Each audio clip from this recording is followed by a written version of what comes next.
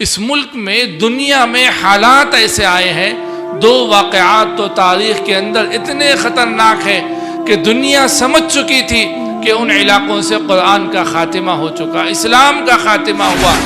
حافظ عماد الدین ابن کثیر رحمۃ اللہ علیہ نے البدایہ والنہایہ میں لکھا کہ انسانوں کے سروں کے مینارے کھڑے کر اور پوری درسگاہوں کا خاتمہ کر دیا گیا، لیکن اس کے باوجود اللہ رب العزت نے اپنے علماء میں سے کچھ لوگوں کو تیار کیا، اور پھر اللہ نے تاتاریوں کی نسل سے قرآن کی حفاظت کا۔ بسم اللہ الرحمن الرحیم، نحمدہ ونصلی علی رسولہ الکریم، اما بعد۔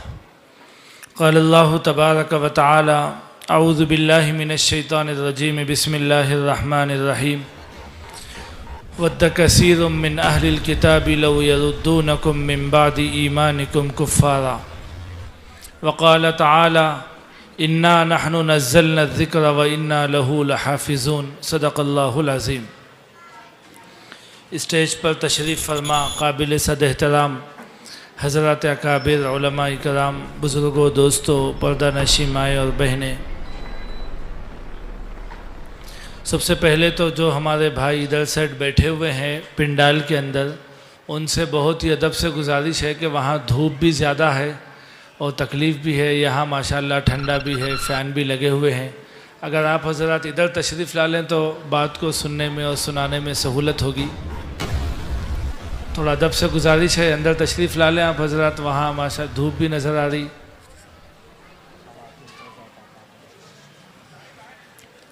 اندر تشریف لا لے بھائی ماشاءاللہ۔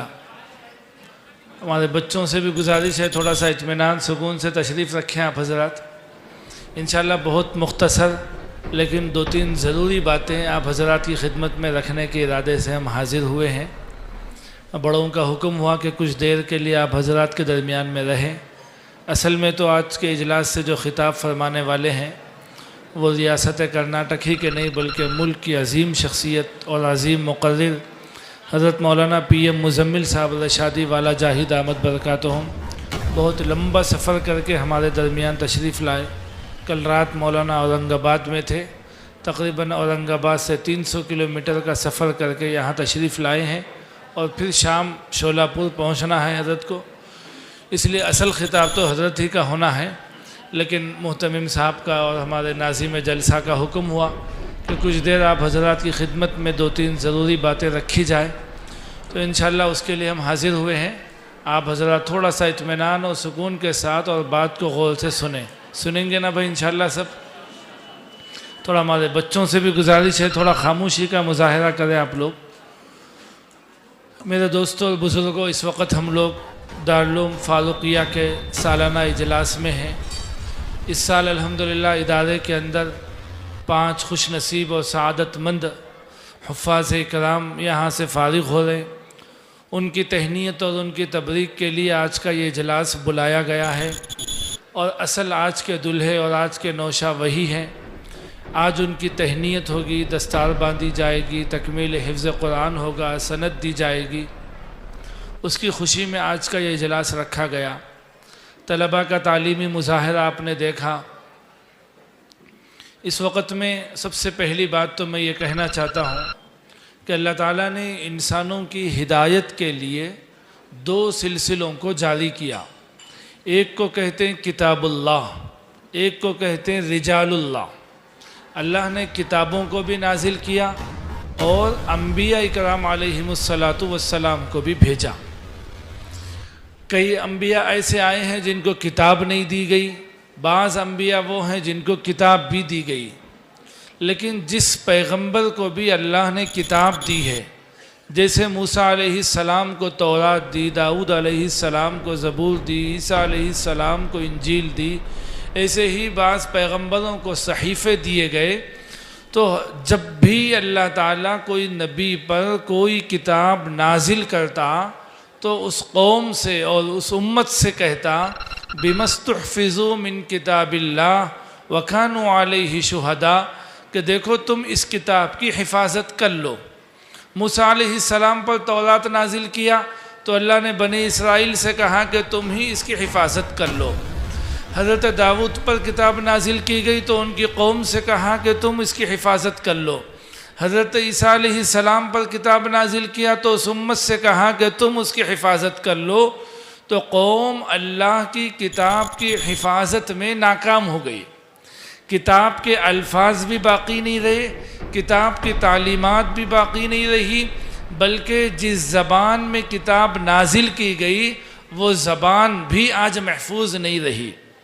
آج عبرانی زبان کو کوئی جاننے والا نہیں، سریانی زبان کو کوئی بولنے والا نہیں، ان زبانوں کو تک بولنے والا آج کوئی باقی نہیں رہا. لہٰذا قوم نے کتاب کی حفاظت نہیں کی. لیکن قربان جائیے، اللہ رب العزت نے اپنے نبی حضرت محمد صلی اللہ علیہ وسلم کے صدقے طفیل میں جب اللہ تعالیٰ نے ہمارے نبی پر قرآن کو نازل کیا تو ساتھ میں اس قرآن کی حفاظت کی ذمہ داری اللہ نے خود لے لیا. اللہ نے خود لے لیا. اللہ نے فرمایا ان علینا جمعہ وقرآنہ، اس قرآن کی حفاظت ہم ہی کریں گے، اس کی جمع ہم ہی کریں گے، اس کی تشریح، اس کی توضیح ہم ہی کریں گے. انا نحن نزلنا الذکر وانا لہ لحافظون، ہم نے نازل کیا، ہم ہی حفاظت کریں گے.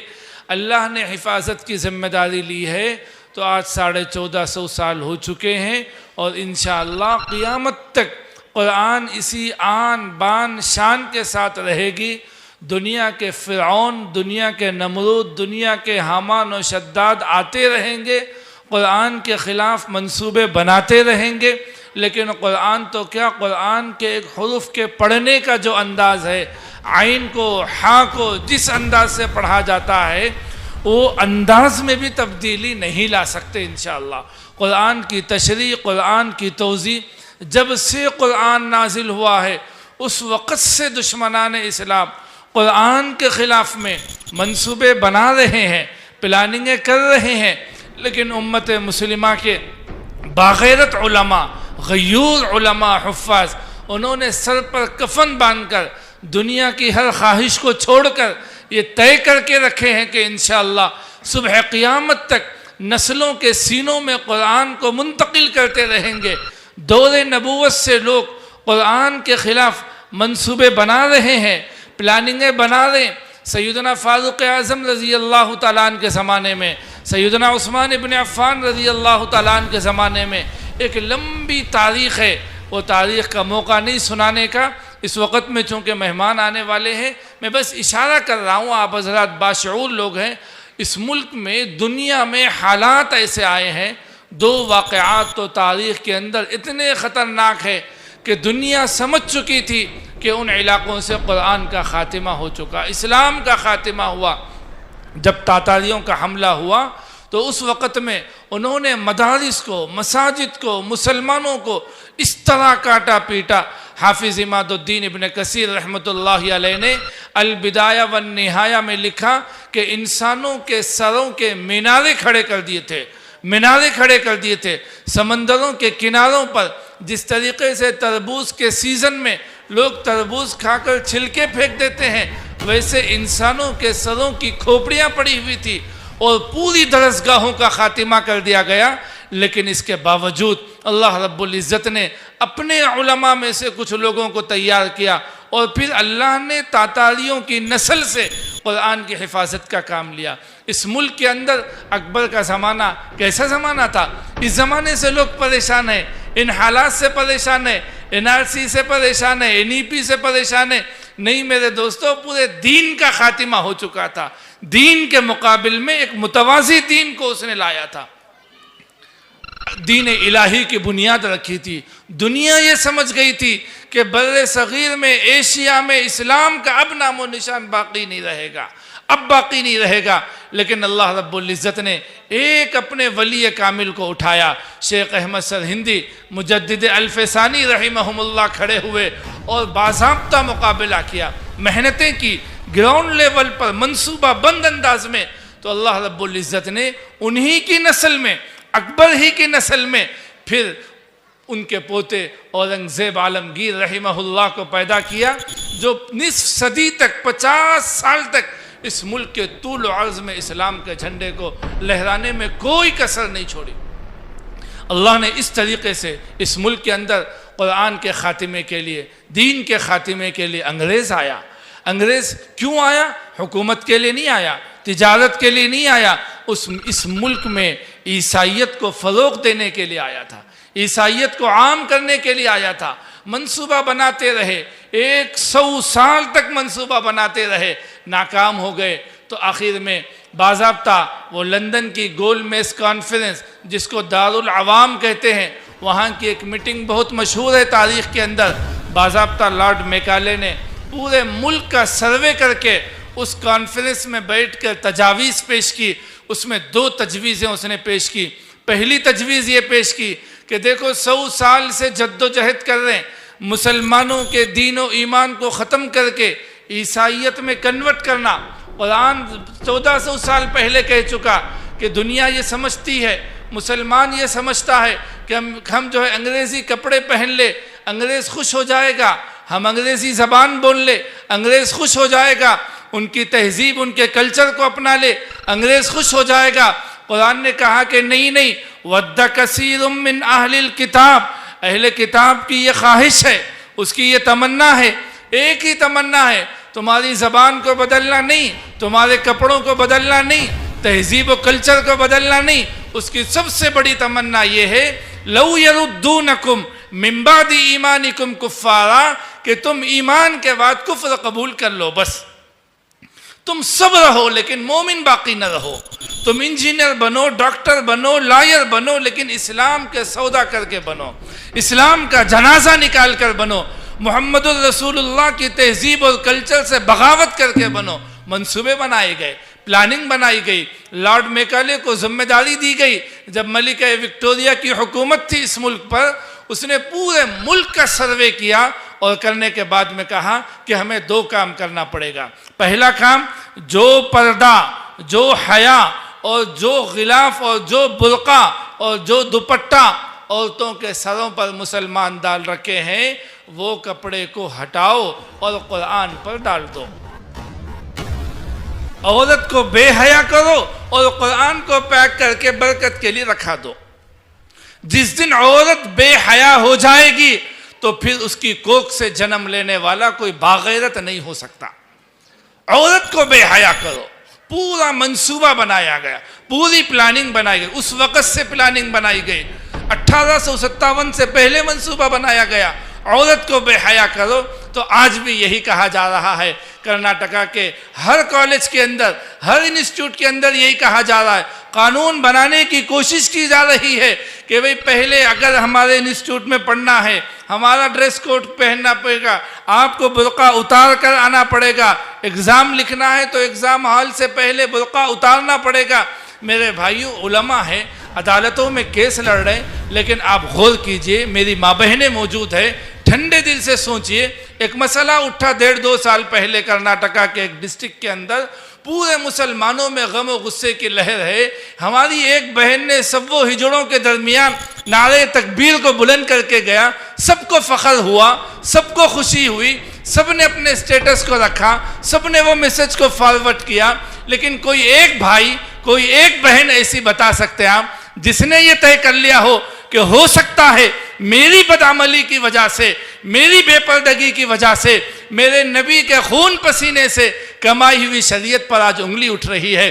جس قرآن نے اب نبی کی بیویوں سے کہا تھا وَقَرْنَ فِي بُيُوتِكُنَّ وَلَا تَبَرَّجْنَ تَبَرُّجَ الْجَاهِلِيَّةِ الْأُولَى، نبی کی ازواج کو حکم دیا جا رہا ہے، تو کیا اس کے مکلف میری بیٹی نہیں ہے؟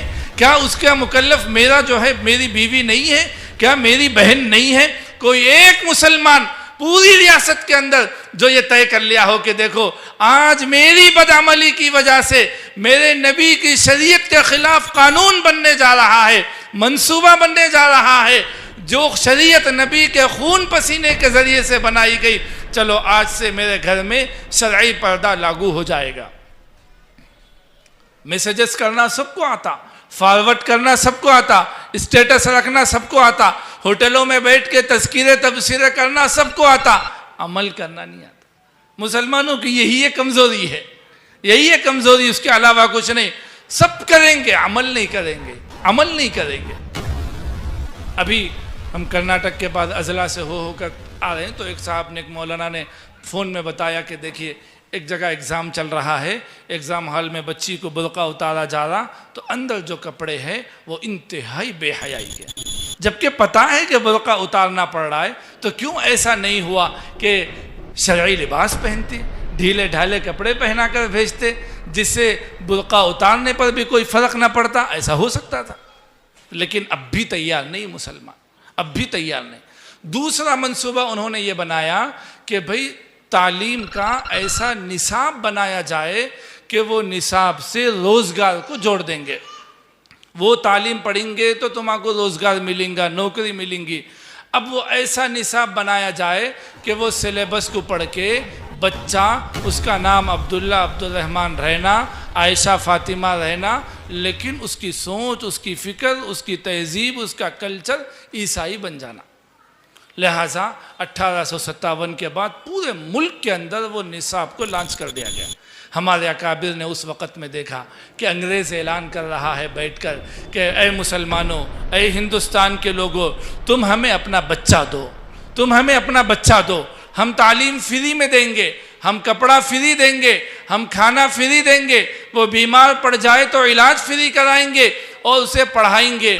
اسی وقت میں دیوبند کی ایک سرزمین پر بیٹھ کر ایک ولی کامل حضرت قاسم نانوتوی نور اللہ مرقدہ بیٹھے اور اعلان کیا، اے مسلمانوں، تم ہمیں اپنا بچہ دو، ہم تعلیم فری دیں گے، کھانا فری دیں گے، کپڑا فری دیں گے، بیمار ہو جائے تو علاج فری کرائیں گے۔ انگریز نے اعلان کیا کہ ہمارے پاس پڑھ کر تعلیم حاصل کرو گے، گریجویٹ بنو گے، ایجوکیٹڈ بنو گے، ہم نوکری دیں گے، ہم ملازمت دیں گے۔ حضرت نے اعلان کیا کہ دیکھو ہمارے پاس آؤ گے، پڑھو گے، ہم نبی کا غلام بنائیں گے، ہم نبی کا وارث بنائیں گے، اور وہ نوکری دلائے گا، ہم جنت دلائیں گے۔ یہ اعلان حضرت نانوتوی نور اللہ مرقدہ نے کیا۔ اس کے بعد سے آج تک الحمدللہ اسی ایک آواز پر پوری دنیا کے اندر مدارس چل رہے ہیں۔ جو اعلان حضرت نانوتوی نور اللہ مرقدہ نے کیا تھا، وہی اعلان آج دارالعلوم فاروقیہ کے محتمم حضرت حاجی صاحب دامت برکاتہم فرما رہے ہیں کہ اے بسوا کلیان کے مسلمانوں، تم ہمیں بچہ دو، ہم تعلیم فری دیں گے، ہم کپڑا فری دیں گے، ہم کھانا فری دیں گے۔ حضرت نانوتوی سے لوگوں نے پوچھا کہ حضرت وہ تو پوری ایشیا کا حکمراں ہیں، اس کے پاس خزانے ہیں، دولت ہے، وہ کرا سکتا ہے، تم کہاں سے لا کے دیں گے؟ حضرت نے فرمایا ہم وہاں سے لا کے دیں گے، ہم وہاں سے لا کے دیں گے۔ ایک ایک مسلمان کا دامن پکڑیں گے، اس سے کہیں گے حکومت چلی گئی، اقتدار چلا گیا، کرسی چلی گئی، لیکن دین و ایمان کو تو نہیں چھوڑ سکتے نا، آپ پیسہ دیں گے، آپ خرچ کریں گے، آپ کی ذمہ داری ہے۔ ایک ایک مسلمان کو کہا کہ اے مسلمانوں، اگر یہ دین باقی ہے، یہ قرآن باقی ہے، تو تم باقی ہے، ہم باقی ہے، ہماری نسلیں باقی ہے۔ اگر یہ قرآن باقی نہیں رہے گی تو نہ تم باقی رہو گے، نہ ہم باقی رہیں گے، نہ یہ دنیا باقی رہے گی۔ اس لیے کہ اللہ نے اس کائنات میں کسی چیز کی حفاظت کی ذمہ داری لی ہے تو وہ صرف قرآن کی ذمہ داری لی ہے، قرآن کے علاوہ کسی اور کی ذمہ داری نہیں لی۔ جب تک مسلمان قرآن کی حفاظت کرتا رہے گا، قرآن کے صدقے میں ہماری اور آپ کی حفاظت ہوگی۔ جس دن مسلمان قرآن کی حفاظت چھوڑ دے گا، یاد رکھو پھر ہماری اور آپ کی حفاظت کی کوئی گارنٹی نہیں۔ منصوبہ بنایا گیا، امت نے صرف 2%، 3% لوگوں کو مدرسے کو بھیجا، ماں بقیہ انگریز کے حوالے کیا۔ نتیجہ کیا ہوا؟ آج 150 سال کا عرصہ بیت گیا، آج 99% مسلمان عیسائی ذہنیت، عیسائی کلچر کے دل دادا ہیں، انہیں نفرت ہے اسلامی کلچر سے، اسلامی تہذیب سے۔ وہی 2-3% طبقے کے لوگ کھڑے ہوئے اور امت کے دین و ایمان کی حفاظت کر رہے۔ 2005 میں دارالعلوم فاروقیہ کی بنیاد رکھی گئی اور 1-2 نہیں، تقریباً جو ہے اس 20-21 سال کے عرصے میں امت کو 55 حفاظ دیا یہ مدرسہ، 55 حفاظ دیا۔ معمولی بات ہے، معمولی بات ہے، معمولی سے خرچے کے اندر، معمولی سے بجٹ کے اندر اس سال 5 حفاظ دے رہا ہے آپ کو۔ میرے دوستو، اس وقت سے منصوبہ بنایا، ہمارے اکابر نے مدارس کی بنیاد رکھی اور اس کے ذریعے سے دین و ایمان کی حفاظت کے لیے ماشاءاللہ پورے ملک کے چپے چپے میں ایسا نظام بنایا کہ جتنا یہاں اس ملک میں اسلام مستحکم ہے پوری دنیا میں شاید کہیں ہو، عرب میں بھی نہیں ہے جتنا مستحکم یہاں ہے۔ وجہ یہ مدارس دینیہ ہے۔ اب جو ہے جب سے ملک آزاد ہوا تقریباً 75 سال کا جشن تو ابھی منایا گیا 15 اگست کے موقع پر۔ ایک بات خاص طور پر، آخری بات، 2 باتیں میں نے کہہ دی آپ کے سامنے۔ قرآن کی حفاظت کی ذمہ داری اللہ نے لے رکھی ہے۔ دوسری بات، انگریز نے کیسے منصوبہ بنایا تھا۔ اب تیسری اور آخری اور اہم بات بتا کر میں اپنی جگہ لیتا ہوں کہ جب اس ملک میں ہماری یہ موجودہ حکومت بنی، جمہوری نظام بنا، تو انہوں نے ایک اپنا عجیب و غریب منصوبہ بنایا۔ پہلے دن ہی منصوبہ بنا لیا کہ انگریز تعلیم کے راستے سے پورے ملک پر حکومت کر رہا تھا۔ انگریز جو ہے مشنریز کے اسکول، ایک ایک سلیبس کے ایک ایک لیسن کے اندر عیسائی روح کو پھونک دیا تھا، تو نسلوں کی نسلوں کا ذہن عیسائی بن گیا، عیسائی ذہن بن گیا۔ ہندو تو عیسائی بہت بنے، لیکن مسلمان عیسائی میں کنورٹ تو نہیں ہوئے، لیکن ان کی سوچ و فکر عیسائی بن گئی تھی، ان کی تہذیب و کلچر تو عیسائی بن چکا تھا، ان کے گھرانوں کا ماحول عیسائیت جیسا ہو چکا تھا۔